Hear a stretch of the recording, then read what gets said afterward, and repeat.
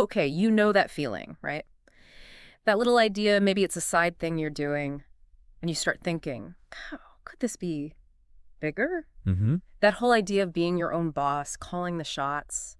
Well, that's the world of the solopreneur. It really is. And today we're doing a deep dive. What does it actually take to build a business when it's just you? Yeah, just you. We've looked at a whole bunch of stuff, articles from finance sites, entrepreneurship blogs, Right, covering everything from, the money side, the real practical stuff. to the more, well, personal side of things, like what's it feel like to go it alone? Exactly. And our mission here is basically to cut through all that noise, Mm-hmm. give you, the listener, a really clear picture. What are the opportunities? What are the real challenges? So you can figure out if it's the right path Mm, and navigate it better if it is. make it less daunting, hopefully. Okay, so why are we seeing so many solopreneurs these days? What's driving this? Well, a huge piece is technology, no question. Our sources Oh. get pointing to that. You've got these incredibly powerful digital tools now, right? For marketing, for accounting, customer service. Stuff you used to need a whole team, or at least deep pockets for. Exactly. Now it's accessible. And startup costs, especially for online businesses, they're just lower. Yeah, the barrier to entry has dropped. And then there's the whole gig economy thing. More people are finding ways to turn skills into income independently.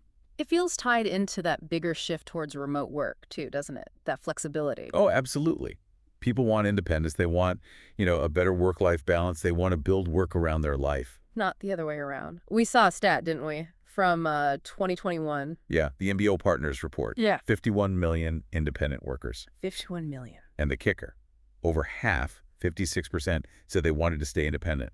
They weren't just doing it until they found a real job.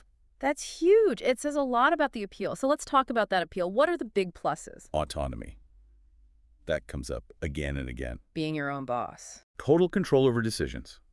Making sure your work actually aligns with, your values. I think we saw a survey number on that. Yeah, FreshBooks, 97% cited autonomy as a top reason.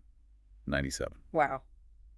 Okay, so control is massive. What else? Flexibility, obviously. Setting your own hours. Designing your day. Which, as some sources noted, can actually lead to less stress, better health even. Right. There was a University of Minnesota study mentioned finding exactly that.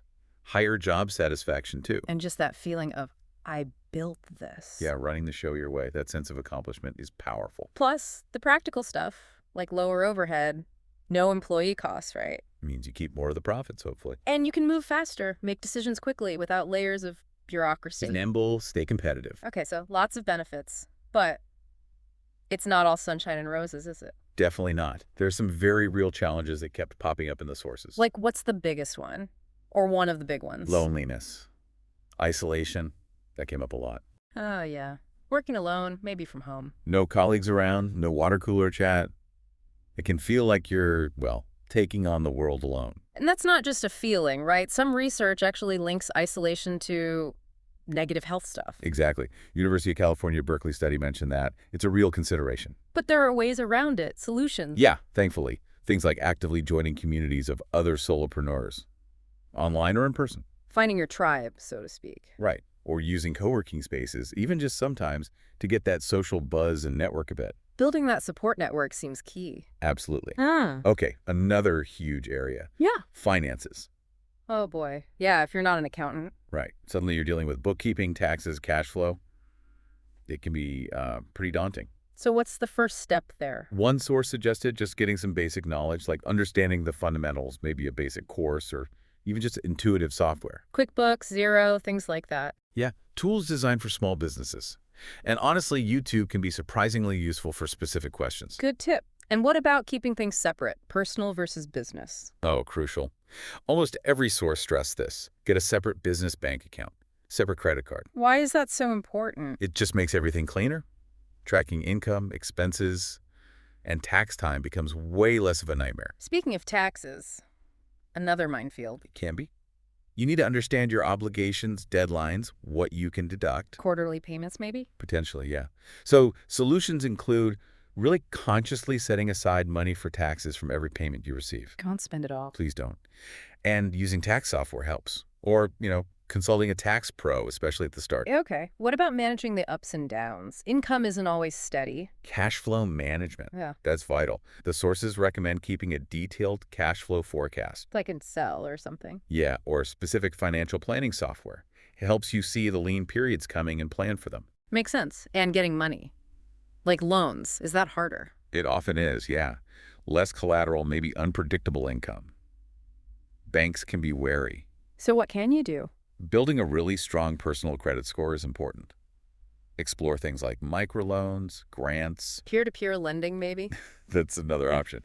And just getting comfortable with financial terminology helps when you're talking to lenders. And risk. You're kind of more exposed, right? Definitely higher financial risk with limited resources. So building that emergency fund is critical. How much? Aim for 3 to 6 months of essential business and personal expenses. That's the common advice. And look into insurance. Okay, finances are huge. What else trips people up? Time. Just Yep. managing time effectively. The classic, too much to do, not enough time. Exactly. You're wearing all the hats, remember. CEO, marketing, sales, admin. It's easy to get lost in the day-to-day weeds. Totally. And forget the bigger picture. Or just burn out. So solutions. How do you manage that juggle? Scheduling seems key. Setting aside regular time specifically for things like finance tasks. Blocking it out in your calendar. Yes. Using scheduling tools, project management tools like Trello or Notion. What about prioritizing? Everything feels urgent sometimes. That's where something like the Eisenhower matrix comes in handy. Ah, the urgent, important grid. Exactly. Helps you focus on what really matters versus what just feels noisy. And revisiting your main goals regularly helps keep you on track. And maybe controversially, delegating. Even Yeah. as a solopreneur. Yeah, where possible. Even outsourcing small tasks can free up significant mental energy. And crucially, setting boundaries. Practicing self-care. Avoiding that burnout. Absolutely essential. We'll come back to that. Okay, what about missing having colleagues?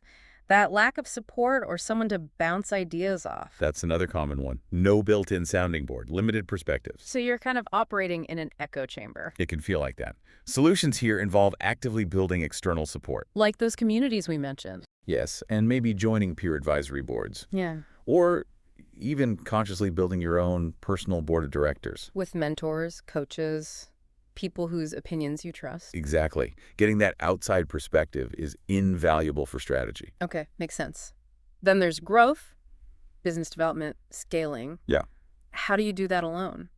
It's definitely a challenge. You can't just hire a sales team easily. So, Asking for referrals is huge. Yeah. Prepping past clients so they know how to refer you effectively. building that network again. And building a network of trusted freelancers or contractors you can bring in for specific projects. So you can scale up capacity when needed without permanent hires. Right. And leveraging technology again, CRM systems, marketing automation, e-commerce platforms. They let you do more with less. Automation is your friend. Big time. Then there are the internal challenges, the mindset stuff. Fear, self-doubt. Yeah. Fear of failure is a big one when it's Yeah. all on you. Doubting if you can really pull it off. How do you combat that? Taking small, manageable steps helps build momentum. Having a clear strategy reduces uncertainty. Asking for help, maybe coaching. Definitely. And that emergency fund we talked about, that reduces the financial fear factor. Good point. Focusing on a niche can help too, right? Not trying to be everything to everyone. Absolutely. Makes things more manageable. And that ties into the jack of all trades issue. You have to do everything at first. But you shouldn't do everything forever. Figure out your high-value tasks, what only you can do really well. And outsource or automate the rest if possible. Yes, which also relates to knowing your worth. It's easy to undercharge or undervalue your time when you're swamped. How do mastermind groups help there? Talking with peers helps you benchmark, get perspective on pricing and value, managing time wisely, delegating low-value tasks. It all feeds into recognizing your own worth. And what if you're passionate but maybe lack some core business skills? That's common. Again, automation, apps, virtual assistants, they can fill gaps in areas that aren't your core strength. Focus on what you do best. Okay, one last challenge area, but it's maybe the most important. Self-care. Forgetting to look after yourself. Yeah, it's so easy to put the business first, 24/7. Absolutely. But the sources are clear.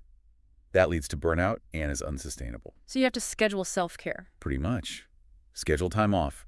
Set clear boundaries with work hours, with clients. Take care of your mental and physical health. It's not selfish, it's strategic. Exactly. Your business depends on you being functional. Okay, one final piece that came through clearly. The personal brand. Yes. Yeah. Crucial for solopreneurs. Often, you are the brand. So you need to be intentional about how you present yourself. Definitely. Consistent messaging.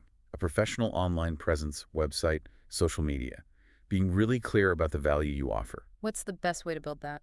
Leveraging social media strategically, maybe blogging, sharing your expertise through content, establishing yourself as a thought leader in your niche. It builds trust and attracts the right kind of clients. Okay, wow. We've covered a lot. If you're listening and thinking about this path, or maybe you're already on it, what are the absolute must-dos? I'd say 3 things stand out from everything we read. 1, separate those finances, personal, business, do it now, Non-negotiable. pretty much. Yeah. 2, build your support system actively. Don't wait until you feel isolated. Find peers, mentors. Combat the loneliness, get perspective. Right. And 3, master your time, but pair that with ruthless prioritization of self-care. They go hand in hand for the long haul. Manage your energy, not just your minutes. Well put. It's essential for sustainability. So here's a final thought to leave you with. Considering all this, the amazing freedom, but also the real demands, what's one small, genuinely actionable thing you could do, like today or tomorrow? Maybe it's finally opening that business account. Maybe it's blocking out an hour for planning next week. Maybe it's reaching out to one person for advice. Just one small step. Yeah. What's that first little step you could take to either explore this solopreneur idea more seriously, or maybe just strengthen your current journey if you're already in it? Good question to ponder. Maybe dig into some of the solutions we talked about that really resonated. Definitely something to think about.